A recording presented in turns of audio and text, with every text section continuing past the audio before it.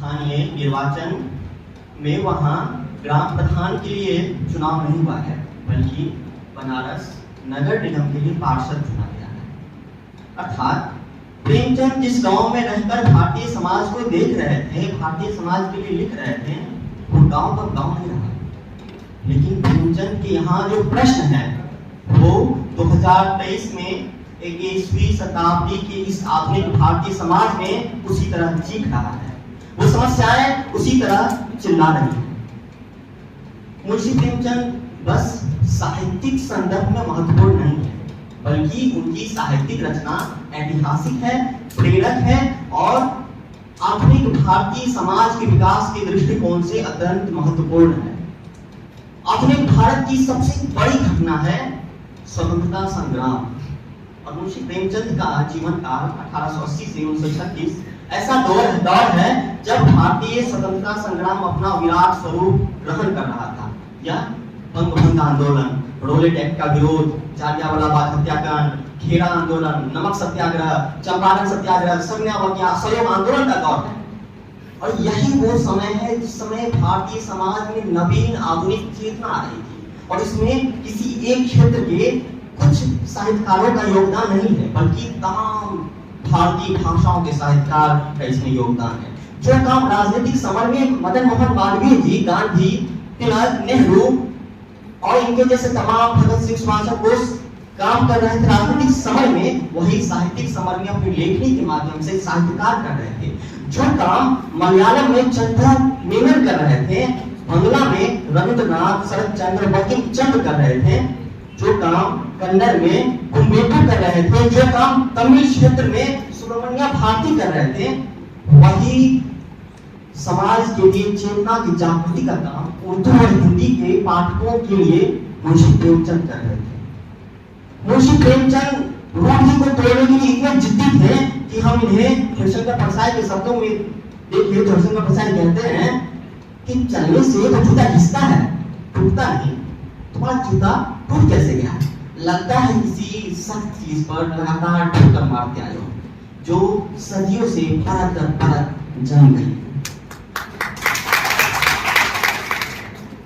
मुंशी प्रेमचंद का कथा साहित्य हिंदी साहित्य के इतिहास के दृष्टिकोण से इस संदर्भ में भी अति महत्वपूर्ण हो जाता है कि यहाँ चरित्र प्रधान हो जाता है।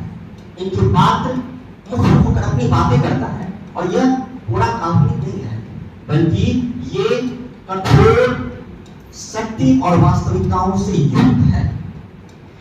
पहले ऐसे भारतीय साहित्य इतिहास के दृष्टिकोण से ये साहित्यकार हैं जिन्होंने उपेक्षितों को न्याय दिया। इनके संदर्भ में हजार प्रसाद द्विवेदी कहते हैं कि मुंशी प्रेमचंद पहले ऐसे साहित्यकार हैं जिन्होंने दलित किसानों को अपने उपन्यास में लाया। और ये न तो कोई यथार्थवाद के समर्थक थे और न ही कोई आदर्शवाद के। इनके यहाँ एक सामंजस्य दिखता है और ये खुद कहते हैं, खुद इनकी मान्यता थी कि नग्न यथार्थवाद और नग्न आदर्शवाद दोनों ही अतियां हैं।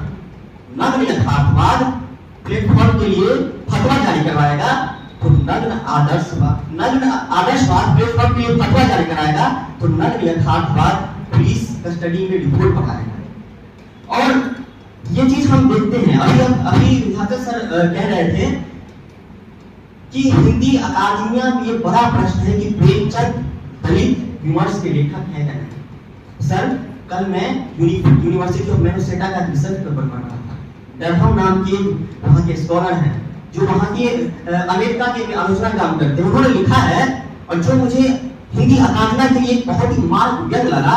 वो कहते हैं कि भारतीय क्रिटिक इसमें बिजी है कि प्रेमचंद दलित विमर्श के लेखक है या नहीं, बल्कि प्रेमचंद के यहाँ जो सामंजस्य है वो तमाम विश्व को वहां से सीखना चाहिए। प्रेमचंद ऐसे साहित्यकार थे। प्रेमचंद के यहाँ होली के लिए जो प्रश्न है, होली जिस कठिनाई से गुजर रहा है, वो कठिनाई अभी भी बना हुआ है। वो कठिनाई अभी भी बना हुआ है। होली के रूप बदल गए हैं। अभी का होली यदि महाराष्ट्र में है तो आत्महत्या कर रहा है, यदि वो पंजाब में है तो थोड़ा सा मजबूत ट्रैक्टर लेके दिल्ली एनसीआर आ जाते हैं हड़ताल करने के लिए। और वही होली यदि बिहार में है तो उसने पहले चाय की दुकान खोल ली है। और इस तरह से हम देखते हैं कि प्रेमचंद हमारे समाज को उस नजर से देखते हैं जिस नजर से हम देखते हुए भी नहीं देख पाते हैं। लगातार प्रेमचंद के यहाँ सामंजस्य मुझे दिखता है मैं जब भी उन्हें पढ़ता हूँ। जो एक पाश्चात्य विद्वान थॉमस मोरे यूटोपिया में करता है, जो हमारे यहाँ तुलसीदास के यहाँ राम राज्य में दिखता है, जो बेगमपुरा में रैदास को दिखता है, वो चीज प्रेमचंद अपने समाज में खोजते हैं। वो चाहते हैं कि समाज में सामंजस्य हो और हमारा समाज आगे बढ़े। और इसी सब संदर्भ में हम अभी बहुत सारे विद्वानों को सुनेंगे। मैं अपने जीवन से एक प्रसंग सुनाना चाहता हूँ कि प्रेमचंद मुझे सबसे बड़े साहित्यकार क्यों दिखते हैं। कभी आप जनरल से यात्रा कीजिए या फिर स्लीपर क्लास से, एसी में तो नहीं क्योंकि वहां पे लोग तो बात ही नहीं करते हैं, तो आप किसी और साहित्यकार की किताब लेकर पढ़ेंगे तो बस आप पढ़ेंगे, और यदि आप प्रेमचंद की कोई किताब लेकर पढ़ने बैठ गए हैं तो वहां पे तमाम लोग पढ़ना शुरू कर देते हैं, उनको जिक्र होने लगता है, लोग आपसे प्रश्न करने लगते हैं। पिछले बार मैं प्रेमचंद के एक उपन्यास को पढ़ते हुए जा रहा था और मुझे एक अंकल दिखे, वो दिखने में बिल्कुल मजदूर क्लास के थे, और उन्होंने मुझसे ऐसे ऐसे प्रश्न किए कि मुझे शर्म आई कि मैं एक साहित्यकार विद्यार्थी हूँ। प्रेमचंद की पहुंच वहां तक है। आज की टिकटॉक और रील्स वाली पीढ़ी के से पहले तक के हर वर्ग के पाठक है प्रेमचंद के, और प्रेमचंद इसी संदर्भ में आज भी बने हुए हैं और ये बने रहेंगे एक लंबे समय तक। इन सब बातों के साथ मैं अपनी वाणी को विराम देता हूँ। मुझे अवसर देने के लिए धन्यवाद।